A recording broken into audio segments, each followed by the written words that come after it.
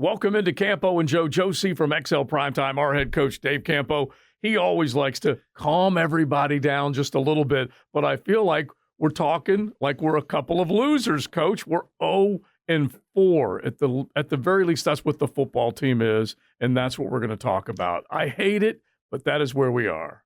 I don't know if we're going to get those bobbleheads out at all this year. Listen, I know that the chief, Spielberg, who does our podcast, he occasionally rips us for being lazy, mailing it in every once in a while. But I just couldn't bring myself to bring the bobbleheads back in. I want to hit the bobble when we finally get to a dub. And by the way, this was a winnable football game against the Houston Texans. Let's start there. Well, I felt that way going into it. I mean, I actually on Friday's show, the primetime show, I picked the Jags. You and I were echoing the same thing. We were trying to believe. I jumped in with you. I felt like it was a winnable game. Yeah. Well, going into the season, obviously, Joe, I felt that every game was winnable with this team. But right now, I don't know who this team is. The problem that you have is it seems like, well, really, other than the Buffalo game, they were in every ball game. In fact, the first one and the last one, they had the same opportunity with 4 minutes left, just a little different score. One, they were behind a little bit. This one, they were ahead. Yeah. And or the other way around. No, this one, they were ahead. Right. They couldn't finish it. Yeah. And it's there's positives now. As you just said, I'm a kind of an optimistic guy, but I just don't know. I can't pick this next game because I don't know who we're going to see show up. I was ranting on XL Primetime yesterday saying if this team leaves for London with another L and the first win they get is across the pond, I'm going to be hopping mad. Yeah. And especially if Joe Flippin' Flacco comes in and leads the Colts to a win. Now, the latest is that it was a hip pointer for Anthony Richardson, and he might be available. They haven't completely ruled him out as we do our Campo and Joe podcast. But the bottom line is this football team right now is suffering from a major crisis, not necessarily an identity crisis, but can we do what it takes over a 60-minute stretch to win football games? So real quick, and you're chock full of notes, so I want you to just give the people what you're thinking. This is the first time that they got back to that 20-point mark in a while. They've only averaged a couple of offensive touchdowns per game, if not less than that. They were set up with their first offensive touchdown with the special teams play by Daniel Thomas, and then they did get in the end zone later with Christian Kirk. It's an offensive head coach, a number one overall pick that's supposed to be able to deliver things to you, and they can't create offense. Well, it's consistency. I mean, this team does a few good things, and all of a sudden they shoot themselves in the foot. They run one that only gets half a yard, and then all of a sudden they're behind the sticks, and we're just not making plays, and that's a concern. And to be honest with you, I think that was part of the reason, to be honest with you, is a lack of confidence that Doug went for it on fourth down on the goal line. Now, you can say whether you think that's right or wrong. Right. That's not the issue. The issue is they're not scoring touchdowns. And that's, in the back of his mind, that means in my mind, that it doesn't have confidence that we can keep consistent with our offense, or can we be consistent with our defense? Yeah. And so, it's just, I think it is a little bit of an identity. It's become a little bit of an identity, crisis. Right. Because they don't know who they are right now. And I guess when you explain it that way, it is true. It does make sense the way you're putting it out there. Defensively, they gave up nearly 350 yards to C.J. Stroud through the air. They gave him a lot of time to throw. They had him set up, pinned in a couple of times, and could not get to him. And as soon as the defense sets themselves up to where they can maybe put him in a 3rd and long, they give up a big play.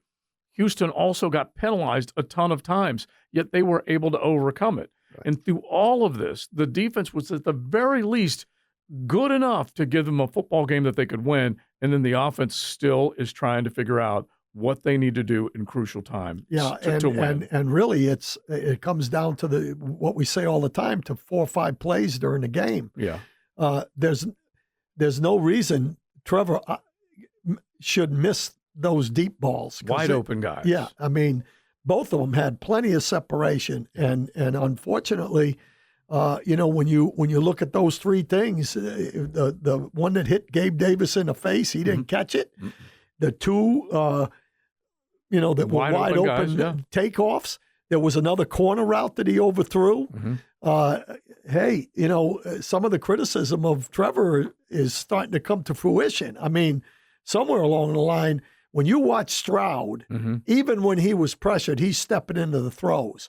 I don't see Trevor stepping into throws a lot, whether he's got time or not. If there's any kind of pressure, he's not stepping into the throws. Yeah, and it's funny because you mentioned C.J. Stroud, and he does show a great deal of poise. He does not panic. Back to the Trevor part of this now spin and go backwards move is a problem, Coach. Yep. And I can't believe that between Mike McCoy, who's the quarterback's coach, Press Taylor, and Doug Pederson, they can't rein him in, coach that back out of him because, A, he's pressing the button too fast, and when he's getting out of there, he's going in the wrong direction. Yeah, I think what he's doing, really, to be honest with you, is the one thing when you watch Stroud in this game, when we got any pressure at all, he just backed up. He backed up and then went out. Right. And we have a tendency with our outside rush guys, if we run an inside game with Allen, right, we don't get it contained because the inside guy, the guy that's supposed to be outside, doesn't get out there. And then with Walker, I'm really disappointed because once he makes a decision, first of all, he's not using his hands. Mm-hmm. Everything is get into the blocker. Power. But when he does get on the edge and he dips his shoulder to try, uses his hand to dip his shoulder to get around, mm-hmm. he's Velcro on the guy. He can't get off of him when the guy bounces outside of him. So what I think Stroud is doing that Trevor's not doing is that Stroud is making a quicker decision on whether things are open or not. Okay. I think Trevor waits too long and then he has no choice. There's somebody there.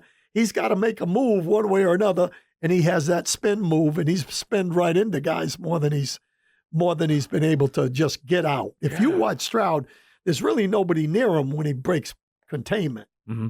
Okay, that shows me that he has a plan in his mind that, once he sees it's not open, he's thinking about where he's going right now, and I don't see that happening with Trevor. Yeah, that's the most troubling part is that you would think, with all that offensive brain power there, that they would have a recipe. And I'll use a couple of other teams as examples, which I know probably drives Duval a little crazy, but at the same time, all you're doing is trying to measure yourself against those that are winning and try and figure out how to get to the win column. Jaden Daniels and the Washington football team, where Dan Quinn just came in and was hired his second go-around as a head coach, I tweeted out on Sunday, they have had 16 consecutive scoring drives with Jaden Daniels under center as a rookie, and they hadn't punted before. They punted one time, I think. Because this was early in the game against Arizona. It was 16 consecutive scoring drives with a rookie who was selected number 2, just like Trevor when he was selected number 1. Bottom line is they hadn't punted, and they had scored 16 straight times, not counting kneel downs or the end of the half. Right. It's incredible. Yeah. So what is Cliff Kingsbury, who also is a little bit of a retread, a guy getting a second opportunity? What the hell are they doing that this team isn't doing? Well, I not seeing them and looking at our team, we're pretty predictable, I think. I just don't see us, quite as innovative some of these other teams. Okay. And then of course they've got deficiencies in some areas. And offensively, I thought, talking about play calling and all that, I don't think it makes a difference whether Press is calling it or Doug calling it. Okay. We're not executing when we have the opportunity. So the biggest thing to me is it looks like they did put a game plan together, as I said earlier, that gave them a chance to win that game from an offensive standpoint. We didn't make the plays when we had the opportunity to do it. True. And then you mentioned the defense. the defense did what they had to do to keep them in the ball game. They made the decision, we're going to play zone defense because we're having trouble with all the man stuff and the picks and all that stuff. Plus, we got some guys banged up. The problem is it's the reverse of last year. Last year, we played so much zone we couldn't play man because we didn't have man guys. Right. This year, we get man guys, and now we can't play zone because we don't practice it enough. Yeah, it's really a dichotomy of who are we? Well, who is this team? I'm the king of dumb questions. Just ask TLD, the lovely Diane. She'll agree with me. But how is it so hard for this team? This is a defensive coordinator by trade, by heart, by everything. How is it that aren't other teams dealing with the same situation? Aren't other teams running varieties of man and zone? And yet this absolutely. We did, back in the day, Jacksonville, whatever. The one thing for sure is that I see, and again, it looks to me that the one zone that they run more than anything else is a 2 deep because they're worried about the wide receivers, man to man, with all the picks and stuff. So they're playing spot drop zone underneath, right? Well, did you see how deep the safeties were? They were 20, 25 yards deep playing halves in the 2 deep. Well, in man, if you don't rush the passer, you got a problem because eventually they're going to get you on a crossing route. Right. If you play zone cover 2, there's holes all over the place if the quarterback has enough time to throw the football. We have the 29th or 30th rush pressure in the league right now. Yeah, it's inexcusable. And I think the only way Ryan Nielsen was coming into this job as the defensive coordinator with the idea that, hey, I can run some man and be successful, was he was relying on the combination of nearly 30 sacks from Josh Hines-Allen and Trayvon Walker. Correct. And then you only had 13 from the rest of the crew last year. He's like, okay, I'm gonna see an uptick in this. They haven't even matched what they did last year. You know who had 2 sacks last night? Oh, Aiden Hutchinson. Yeah, I'm not worried about Aiden Hutchinson. I'm talking about Calais Campbell. Oh, my gosh. Listen. We don't have anybody with 2 sacks. Calais was there with him. Yeah, Calais is, oh, my gosh, he's so good. And so we're just not we're not rushing the passer. That's the biggest problem with the defense altogether. But when I watch their drops of their linebackers, it's just when they're playing spot dropping, if you don't get pressure on the quarterback, there's too many holes behind the linebackers and the 2 deep safeties. And that's where we're getting killed because the one thing they didn't do, though, is they didn't give up the home run ball. Right. So it kept them in the game. That's the bend but don't break kind of a mentality. Yeah. And it gave us a chance to win at the end. I guess my point of this whole conversation has been when you look at the coaching, I don't think guys are progressing necessarily as much as we thought they were going to. Hines-Allen, Trayvon Walker, those kind of guys, Armstead. Yeah. But from a call standpoint, they did in that game, in my opinion, made a difference in what they were doing enough to give us a chance to win the game. Yeah. And then we didn't finish it. No. We did not make plays when they counted. And that's why it's a 2-way street, that as Doug calls it. Yeah, this team has scored 10, twice in the teens, 20. And by the way, I think most or all of Duval would agree with this. This team easily could be 3-1. There were 3 gettable ball games. Correct. Against Miami, against Cleveland. You could have gone to Buffalo as a 2-0 team with a hell of a lot more confidence. And then instead you get blown out by 37 points. Right. Then you go on the road again and you play what Coach and I agree on was a winnable flipping football game against a team inside your division. Now you can, if you want to point to coaching, which everybody is, that's the big topic right now. The quarterback and the calls. You can pick some of those out. Do you kick a field goal? On 4th down, 4th and 1. I would have. And then and that's what I would have done. I'm taking points. I actually think I quoted you yesterday. Yeah. I said, Coach would have taken points. Yeah. And now the goal line, that's a gut. I mean, now would I have just lined up an empty No, if I was going to run the quarterback draw, first of all, I would have motioned the guy out of there so that they aren't zeroed in, that it's empty. You know what I mean? There's nobody in the backfield. Right. The other thing I would have done, and if you're talking about individual coaching, and listen, hindsight is 20/20. Sure. Morris is the guy that screwed up the draw. Fadakasi was inside shade on Sheriff. Okay? He's supposed to bang that guy and go up to the linebacker. The linebacker had already moved over to where he was behind Sheriff. All he had to do was bang that guy and up to the linebacker, and that would have been a score.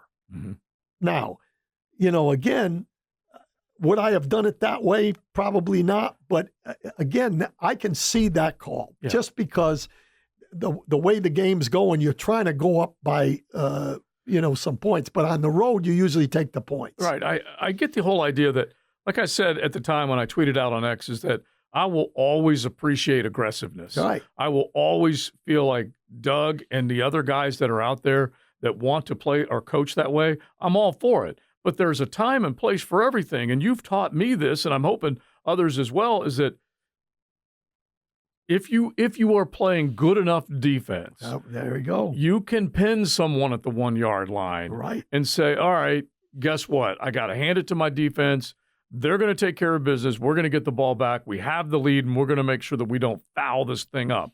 Instead, and by the way, before we even get to that part of it, Coach, whenever Tank Bigsby busts off a 58-yard run, do not call back-to-back run plays with him. Yeah. Okay? That's press. Do not do that. Yeah, I would have taken him out. I would have put the other guy in, and then I'd have put Bigsby back for the second down play if we didn't score. And how about a little play action off of that? Yeah, or whatever. But the whole point of it was they've done this in the past where they got a big play and they came to the line of scrimmage right away and tried to catch you while you're a little bit off. But when the running backs just run 58 yards, that's probably not the best time to do it. Those are the kind of things that you can point to coaching. Yeah. That's a little bit different. And not only did you do it once, again, handing off on first down to Tank Bigsby, you did it again. Right. And that makes zero sense to me. That's really, honestly, that's a penalty on the football team. That's a coaching mistake. Okay, so you ready for this, Coach? This number came out after Detroit did what they did last night, which was very impressive against the Seattle Seahawks. 89% of Detroit's yardage last night came via play action or run game. Yeah. They had 389 yards, 348 of it came from play action. Yeah, well, and that would have been a perfect. I'm so fired up. Yeah, that would have been a perfect opportunity to run play action. And guess what? We had it. We did it in this game. We just didn't execute it.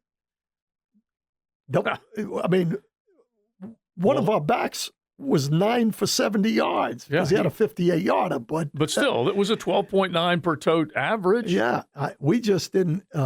Trevor didn't execute 2 plays, and we had a drop that made a big difference in the football game. And I'll tell you another thing. Mm-hmm.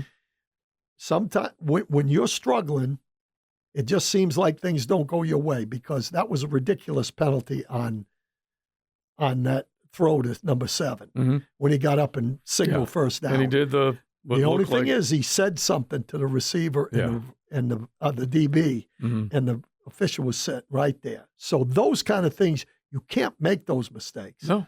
No. And he normally is the guarded, quiet guy. Yeah, and I'm sure not on the field he isn't, right. though. Oh, yeah, he's a dog on the field. Yeah, he is. And last night, I'm mentioning the Detroit game again, one of the guys gets up and all he does is pop the football out of the player's hands as they were running as they were out of bounds, and they immediately throw the flag. Yeah. And hell, you can get away with that in college now, but the NFL, they're all paranoid about taunting, so don't do it. You know what you can and can't do. Absolutely, that's it. And I'll tell you, watching that Detroit game, at one point, Goff was 15 for 15. Mm-hmm. That only happens when they get no rush. It's like playing 7-on-7. It's the worst. You shouldn't miss any in 7-on-7. Well, we're missing some on 7-on-7 because there's some guys open with no pressure. We've been hammering the pressure in this football game the offensive line, because of the play action and the run, did not pressure the quarterback. He made some mistakes himself. Yeah, and so how do you get to a point where you can clear Trevor's head? And even if we go back to what you and I suggested going into this game, shorter, higher percentage passing games. Which they started. Yeah, which I think you mentioned very clearly. Take the profit type of plays. Right. Which is what they did. Then they started running the football. Run the football. Both of them were working. Yeah. Both of them. And they even got a little push at the line of scrimmage. Right. But then when it comes down to that third and key moment, I think Trevor presses. I never would have imagined. Yeah, it's going to be interesting to see because, we have to right the ship this week. Mm-hmm. If we win this game and then we go to London and we win 2 over there, we're 3-4. Yeah. I'll take 3-4 right now. Mm-hmm. Oh, yeah. Easily. Yeah. And then see what happens because when you're close to 500, anything can happen. Anything, yeah. So, again, I don't know what it is, but something's missing. Mm-hmm. And we're just, I'd like to get into Trevor's head and just kind of see what he's thinking. Right. Because to me, it looks like he's anticipating pressure all the time instead of just operate. The clock's ticking way too fast for him. Yeah, right and now. I guarantee you, I said this on a primetime show on Friday that the whole key to winning this football game this past weekend was I don't care if the guy's generational or what he is, he's struggling. Yeah. Take the pressure off him.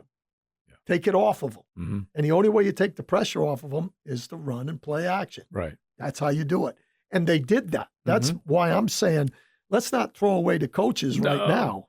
No. But something has to, whether it's not a diversified enough scheme or whether it's. Or too diversified. Yeah, or too diversified, or we're making mistakes on protections or whatever it is, those have got to be eliminated in order for us to win. And I think all these cats need to man up. They need to basically say, win my one-on-one battle.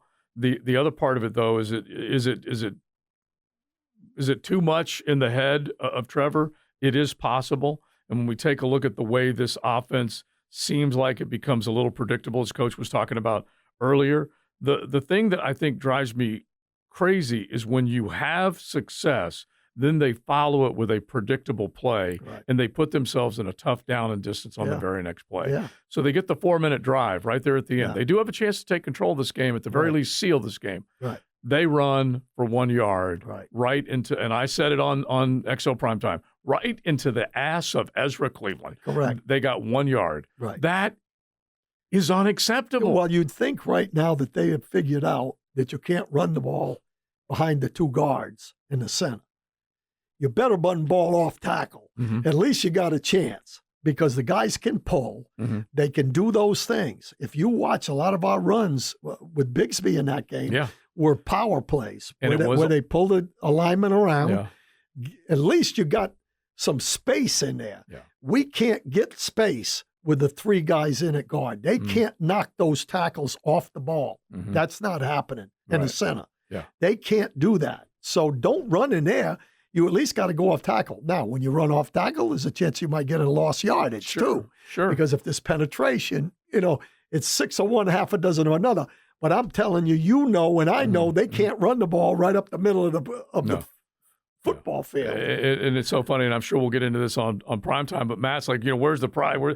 Sometimes, or not sometimes, basically all the time, that guy across from you is better than you. Yeah. That's basically what we are figuring out. Yep, and here's the other part of it. And this is the bulky part. And we'll get close to we'll pause for the week and we'll rip them again next week if they can't figure out how to win. But the one thing that I have a big problem with Trent Baalke, and I'll admit it, I felt like he made decent moves in the offseason.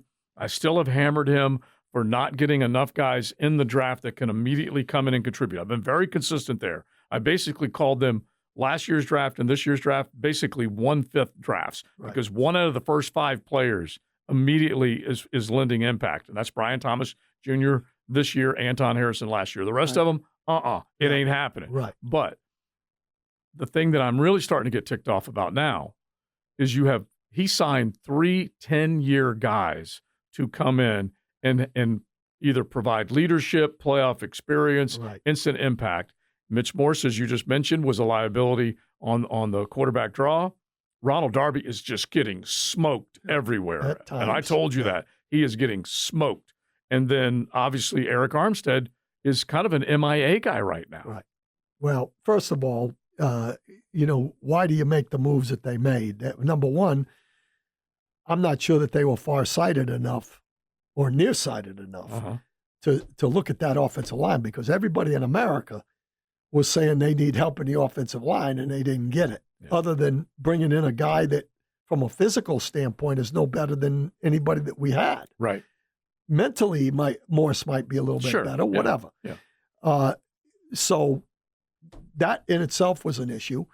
I had a confidant tell me that Cleveland was an excellent athlete, could pull, run, do all those things, but if a guy was right on his nose, that was his issue.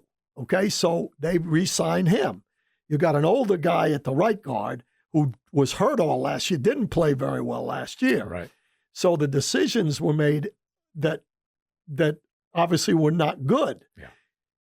How about did you watch any of the other game? Did you watch the Detroit? The Miami. Did you see Arden Key running around? Yeah, I saw. Well, we don't have a number 3. Yeah, we had Harris at end some in that game this weekend. Yeah. Well, you think he's going to pass rush and beat an offensive tackle? Roy Robertson Harris. Roy Robertson Harris. So that's my point. Yeah. We don't have a third guy. We don't have, and the first two aren't playing that good. Right. So, I mean, to me. And Double RH was one of the few guys that actually did get to C.J. Stroud, but that was an interior move. Yeah. So I agree. Like, this is a Balky problem. It's a Doug problem. It's a Trevor problem. It's a shot. I've had enough of all of this problem. Yeah. And so they've got to figure it out. Yeah. Let's just see if they can do it against the Indianapolis Colts. I wasn't very positive today. No, but it's fine. Listen, I'll remind people, as you described it, 2022, when Trevor came back from London and said, I can't keep costing my team games, I'm hoping he gets that feeling again and he turns it around. They were 2-6 at one point in that 22 season, and they turned it around. Right. So you never know. There's a little hope. Yeah, absolutely. That's why I'm saying you win this one, you go to London and you win 2, you're right back in it. Exactly. All right, Joe C., I'll talk to you on XL Primetime. Our head coach, Dave Campo, is always just spouting wisdom, dropping knowledge on you as we're trying to climb out of this 0-4 hole.